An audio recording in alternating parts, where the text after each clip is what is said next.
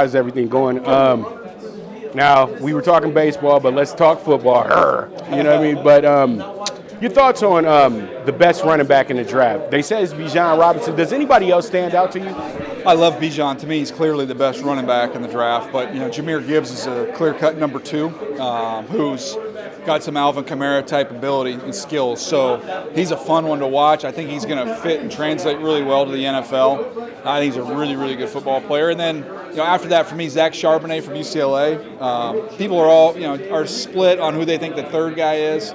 For me, it's him, and I think he's built to carry a heavy workload, which those guys are hard to find anymore. We don't get many of those guys. Everybody's using a committee, but this is a guy who could carry the ball 18, 20 times a game.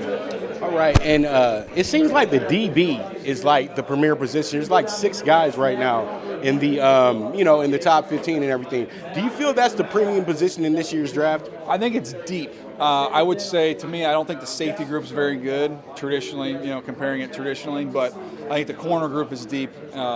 I think if you're talking about the talent there in the top 15, I would probably go more towards edge rusher. I think it's loaded, it's stacked with edge rushers. So to me, on defense, edge rusher and corner. Offense, it's tight end and running back. Those are the 4 deepest positions.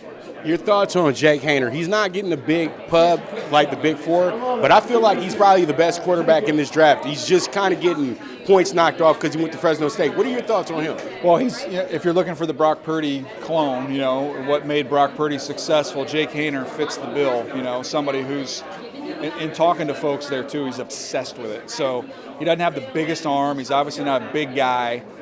He's not an elite athlete. Everything he does is a little bit over the line, but I think with his intelligence and his preparation and literally his obsession with this whole thing is going to give him a real shot to be successful. Who would you want to select out of C.J. Stroud or Bryce Young?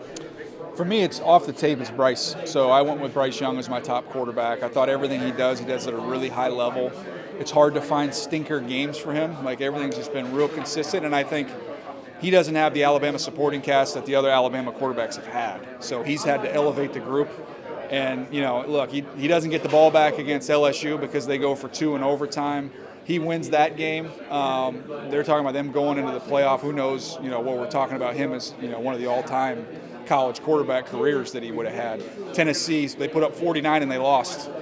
It ain't his fault. So he was close to having an undefeated season this year. And to me, he's the best one. Stroud, to me, is a really solid player, a pure pocket passer. He slots in just below him for me.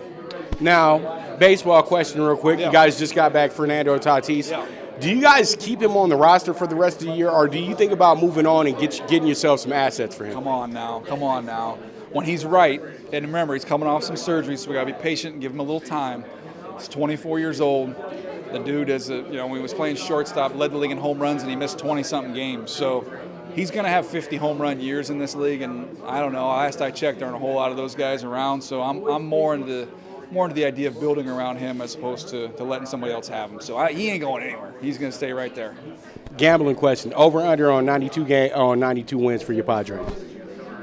You asked me at the wrong time. The way they played last night and shut out so many times. Well, it depends. If Juan Soto will wake up and remember that he's Juan Soto, I'll say we're going to have a lot more than 92 wins. But I'm a little nervous, I'll be honest. Hey, I'm in the same boat right now. We sitting at 500 at the end of April. Brutal. But Pop DiBiase signing out with Daniel Jeremiah, and I'm out of here.